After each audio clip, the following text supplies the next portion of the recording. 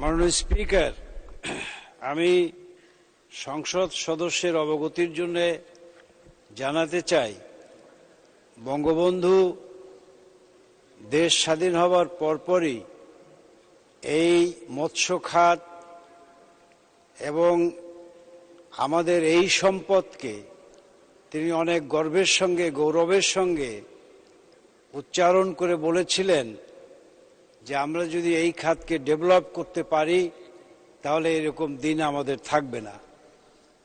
বঙ্গবন্ধু যেই স্মৃতিবিজড়িত মৎস্য প্রজনন কেন্দ্রের কথা আপনার এলাকায় বললেন, অবশ্যই বঙ্গবন্ধুর হাতের ছোঁয়া যেখানে আছে, যেই প্রকল্প নিয়ে তিনি ভাবনা করেছিলেন, চিন্তা করেছিলেন, উদ্যোগ গ্রহণ করেছিলেন, সেটিকে সংস্কার করবার ইচ্ছা এবং সেটি অগ্রাধিকার ভিত্তিতে সেই সংস্কার করবার পরিকল্পনা আমরা গ্রহণ করব। আপনাকে ধন্যবাদ মাননীয় স্পিকার।